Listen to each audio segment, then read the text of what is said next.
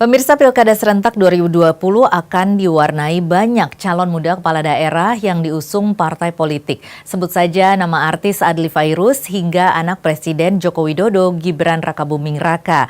Nah, bagaimana memandang calon muda dalam kontestasi Pilkada? Kami akan hadirkan perbincangannya di Dialog Nusantara Petang.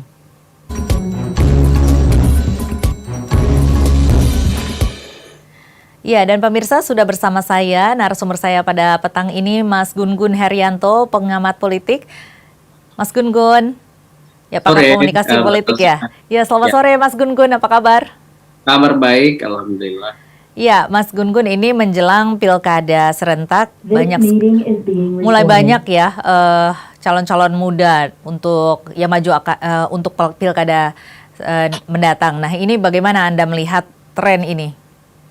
Iya, saya pikir kehadiran para pemimpin muda ini kan keniscayaan sejarah ya. Artinya bagi saya sih ada dua hal. Pertama, memang akan muncul kebutuhan tampilnya para pemimpin muda di pentas politik baik lokal maupun nasional.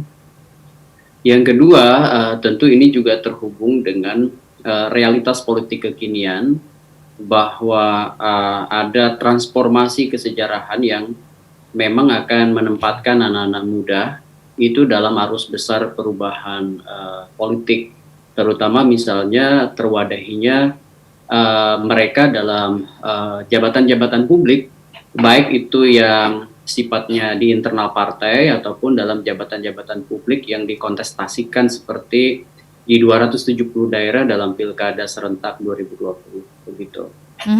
Ini tentunya dengan Iya, tapi tentu bukan hanya sekedar soal muda dalam konteks usia sebenarnya.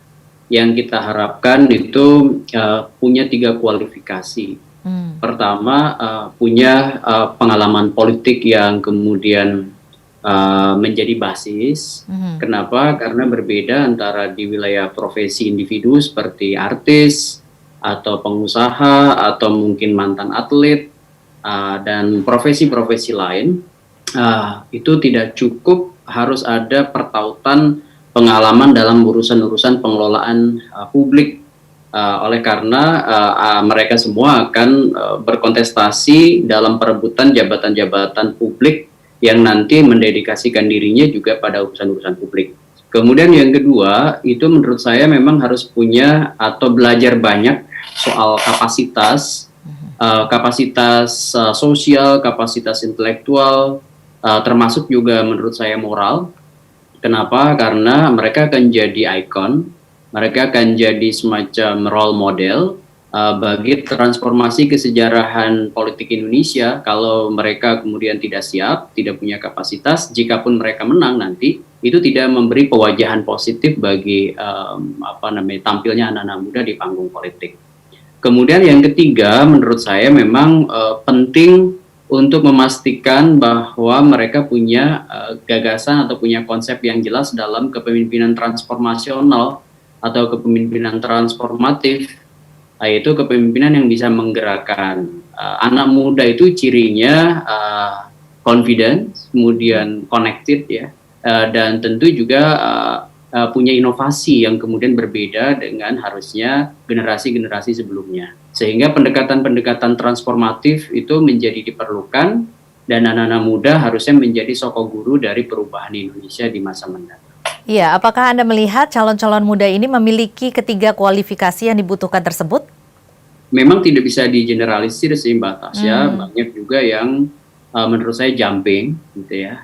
Ada political jumping, ya, ada semacam lompatan politik yang membuat mereka sebenarnya tidak siap untuk maju dalam konteks kontestasi elektoral, tetapi mungkin punya modal ekonomi, punya modal reference power, kekuatan rujukan, sebut aja patron claim gitu ya, dengan mungkin ada satu kekuatan yang bisa membackupnya, atau bisa juga memang dia punya potensi probabilitas perolehan suara dalam kontestasi elektoral. Contohnya misalnya punya tingkat keterpilihan, tingkat popularitas, dan tingkat penerimaan yang baik, sehingga kemudian bisa menjadi modal elektoral dalam konteks kontestasi.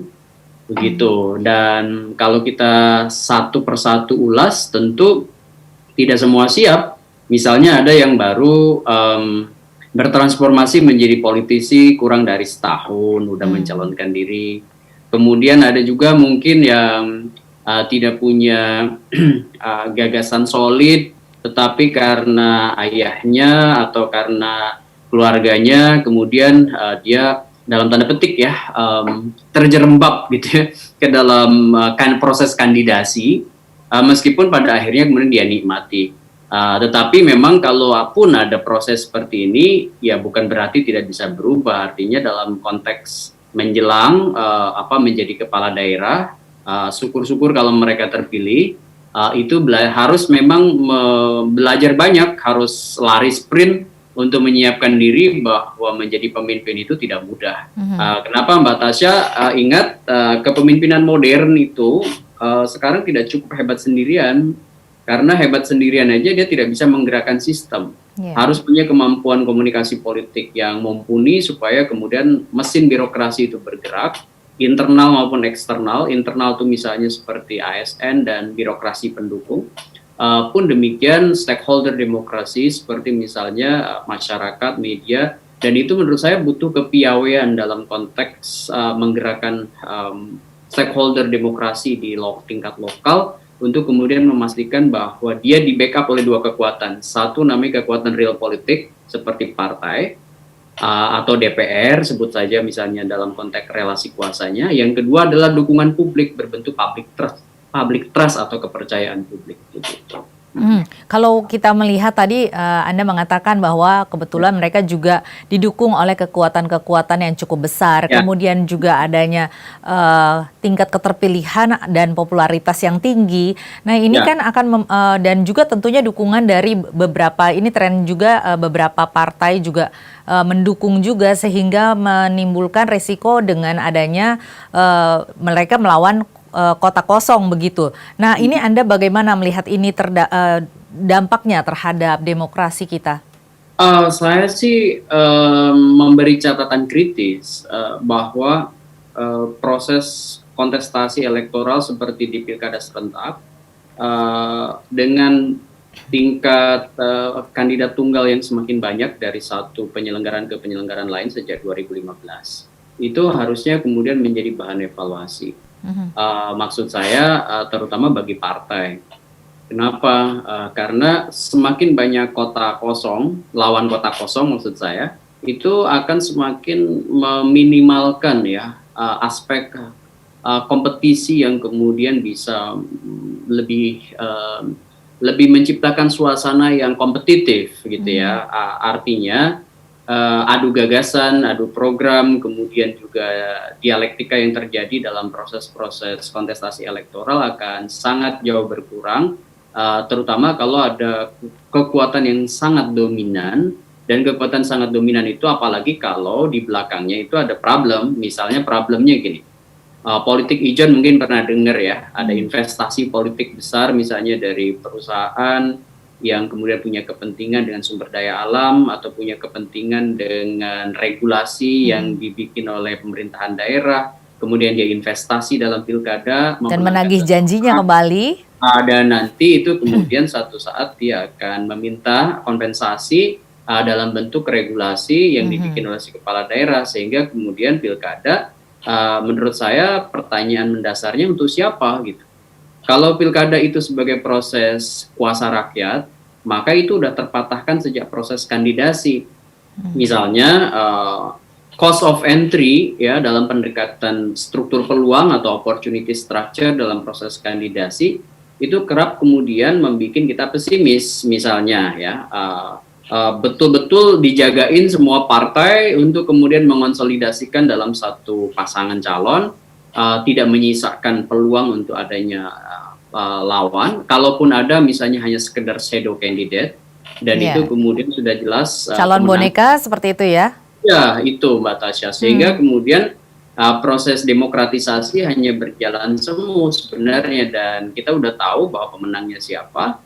Dan proses seperti itu sangat beresiko gitu ya. Beresikonya bagi proses demokratisasi dan keterjagaan good governance nanti di masa mendatang pada saat si kepala daerah itu sudah menang. Iya, sebenarnya kan praktek ini bisa saja berlaku tidak hanya untuk calon-calon yang berusia muda, tetapi juga calon lainnya. Nah, khususnya kita kembali lagi membahas mengenai calon-calon kepala daerah yang berusia muda, apakah ini artinya menjadi keunggulan ataukah menjadi handicap atau kelemahan mereka? Anda kembali di Nusantara Petang dan kita masih berdialog dengan Mas Gun-Gun Herianto. Beliau adalah pengamat politik dan juga pakar komunikasi politik mengenai calon-calon kepala daerah yang berusia muda saat ini.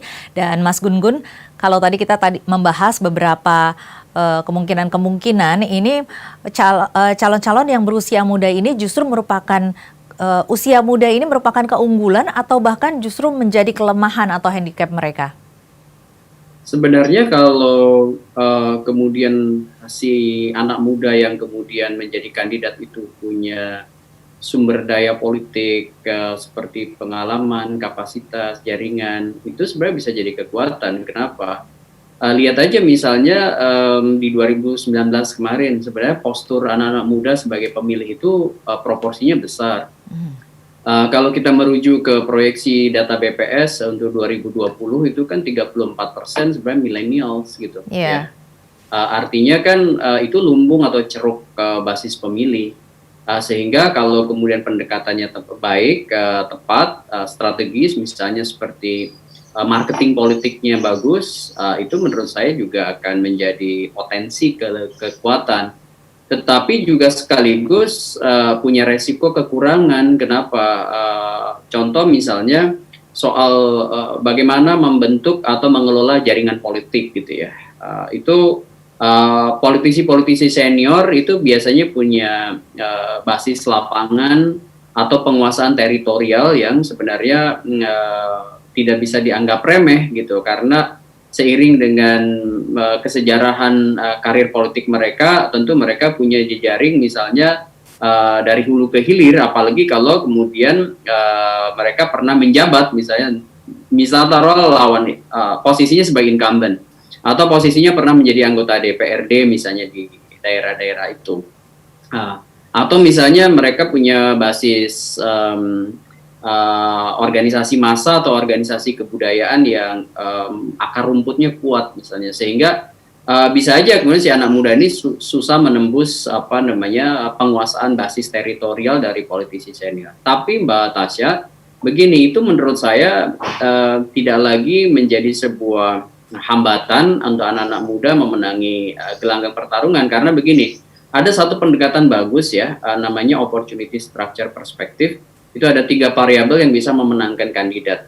Pertama itu namanya probabilitas perolehan suara yang sudah kita bahas. Anak-anak muda kalau dia punya tingkat keterpilihan, tingkat penerimaan, tingkat keterkenalan bagus, dia akan menjadi sangat potensial. Kemudian yang kedua, cost of entry nih, biaya masuk pertarungan. Kenapa? Karena ini juga jangan dianggap remeh, ini juga mahal kan. Dan di situ biasanya anak-anak muda kerap juga terkecoh gitu oleh sistem yang memang sudah sangat menggurita gitu, sehingga pada akhirnya kemudian terjebak pada kekuatan sistem oligopolistik ya, yang kemudian dikendalikan hanya sedikit orang gitu. Kemudian yang terakhir itu sebenarnya adalah benefit of office atau keuntungan dalam kekuasaan.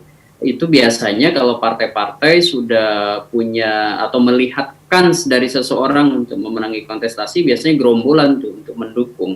Contoh misalnya kasus mungkin Gibran di Solo gitu, itu bisa menunjukkan fenomena itu, bahwa ketika misalnya ada benefit of office gitu, keuntungan dalam kekuasaan, maka kemudian rame-rame juga partai dengan senang hati mendukung Gibran gitu. Meskipun saya sih berharap ada penantang dan kemudian penantangnya bisa kemudian mendinamisasi suasana sehingga proses-proses politiknya kemudian tidak sangat linier atau bersifat kulit permukaan. Begitu, jadi memang kompleks ketika bicara pilkada itu, dan yang paling penting kalau bacaan dari aspek politik ya dan komunikasi politik, sebenarnya tidak cukup hanya kekuatan partai, tapi harus membaca tren pemilih. Ya, Iya. tren pemilih itu misalnya diukur lewat survei, diukur lewat pendekatan-pendekatan basis teritorial, melalui misalnya identifikasi masalah sampai penyediaan konsep reduce problemnya apa. Mhm. Dan yang ketiga, bagaimanapun itu penting untuk memastikan bahwa soliditas internal tim dan akselerasi pergerakan tim dalam konteks merangkul basis-basis pemilih di luar pendukungnya. Iya. Karena kan pemilih kan terbagi tuh tipologinya, ada yang sangat sosiologis berdasarkan pertimbangan primordial, suku, agama, Hmm. ras gitu.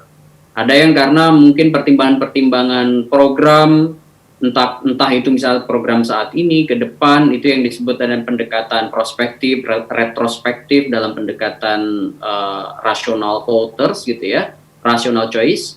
Kemudian yang ketiga itu sangat psikologis, jadi mereka merasa terlibat nggak gitu, atau istilahnya ada political engagement nggak, merasa nggak menjadi bagian dari apa yang kemudian dipersuasikan oleh si kandidat gitu ya. Nah, ini kan kita berbicara bisa juga untuk meraih pemilih-pemilih potensial di usia-usia milenial begitu ya. Nah, ini seberapa tinggi atau seberapa banyak sih, seberapa efektifkah mereka bisa meraih suara-suara milenial ini?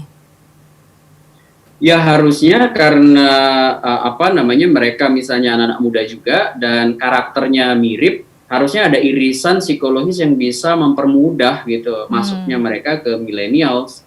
ya. Meskipun tidak seluruh orang yang berusia muda itu punya cara berkomunikasi seperti anak muda gitu. Atau misalnya banyak anak-anak muda tapi pikirannya polos gitu, pikirannya konservatif gitu, bukan Mhm. progresif gitu, banyak. Dan tidak jaminan usia muda itu pikirannya progresif, bahkan ada justru yang usianya tua tapi punya dinamika pemikiran yang mungkin seperti anak-anak millennials gitu. Nah, Iya. artinya begini, sebenarnya dari aspek usia harusnya itu menjadi kekuatan mereka untuk masuk Mhm. melakukan yang namanya pelibatan emosional anak-anak muda, kemudian memastikan mereka memahami apa yang kemudian ditawarkan, ini yang disebut dengan pendekatan rasional, dan atau mampu memobilisasi lapis pemilih anak muda yang juga berada di wilayah pemilih sosiologis. Jadi ketiganya harus digarap memang. Hmm. Sosiologisnya digarap, psikologisnya digarap, rasionalnya digarap. Sehingga kita bisa sebut bahwa anak-anak muda yang kemudian masuk di gelanggang pertarungan itu jangan hanya membawa satu saku gitu. Misalnya mereka yakin betul bahwa anak muda itu pemilihnya pasti rasional, enggak juga gitu. Hmm. Banyak anak-anak muda yang juga dia memilih orang itu bukan karena program gitu.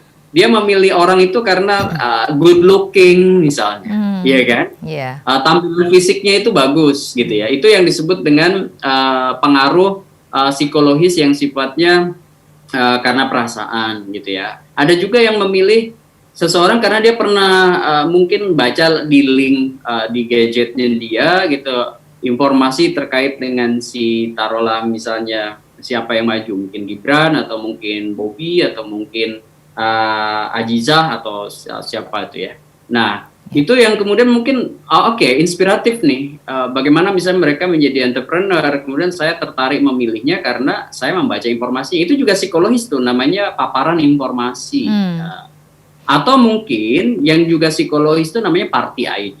Ya, Ya. itu party ID itu juga psikologis, misalnya anak muda ini didukung oleh PDIP misalnya, atau didukung oleh PKS, maka warga PKS, anak-anak mudanya atau warga PDIP, dia nutup mata tuh dari program, dari apa yang jelas di benaknya dia, saya PDIP atau saya PKS, saya akan pilih kandidat dari PDIP atau dari PKS misalnya. Oke, Itu baik. namanya party ID psikologis. Iya, baik. Mas Gun-Gun, ini terakhir singkat Ya. saja, bagaimana peluang mereka untuk bisa menang dalam pilkada, kontestasi pilkada ini? Kalau peluangnya itu harus dibaca kasus per kasus, siapa yang atau di daerah mana Hmm. gitu ya. Yang jelas karena topik kita kan general, maka saya mungkin akan memberi kriterianya siapa yang kira-kira akan memenangi kontestasi gitu ya dari anak-anak muda yang masuk ke proses pilkada serentak dari 2020. Pertama, itu mereka yang betul-betul punya performa bagus di masa kampanye, misalnya 71 hari kan, mulai 26 September sampai 5 Desember. Siapa yang bisa mengoptimalkan performa politiknya di musim kampanye mungkin bisa menambah suara. Yang kedua, mereka tidak kemudian mengalami hambatan dari kasus-kasus yang dibikin dia selama mungkin dia menjadi pasangan calon. Misalnya kasus hukum, kasus asusila, atau kasus apalah yang mungkin di masa lalu pernah dia lakukan atau saat ini pada saat dia sudah. Jadi rekam jejaknya harus bagus begitu ya? Rekam jejak, itu yang saya maksud. Terakhir, itu menurut saya memang anak-anak muda yang kemudian entah itu menjadi calon kepala daerah atau calon wakil kepala daerah, itu harus memastikan bahwa dia bekerja untuk sampai ke akar rumput melalui pendekatan-pendekatan multi metode ya. Contoh kan ada 7 metode kampanye, tapi menurut saya nggak cukup tuh. Ya, yang 7 metode kampanye menurut PKPU nomor 6 itu nggak cukup tuh. Yang paling penting dari keseluruhan metode yang digunakan itu adalah apakah dia bisa turun ke bawah, equalitarian style, membangun semangat komunikasi kekitaan, sehingga kemudian dia merasa diakui sebagai bagian dari kitanya masyarakat, bukan keakuannya yang tinggi, tapi kekitaannya yang kuat, sehingga kemudian dia akan dipilih dengan sukarela oleh warga masyarakat. Baik, menarik sekali pembicaraan kita pada hari ini dan masih banyak sekali sebenarnya yang ingin saya tanyakan Mas Gun Gun, tetapi sayang sekali durasinya sudah habis. Terima kasih banyak atas waktunya dan telah berkenan bergabung bersama kami.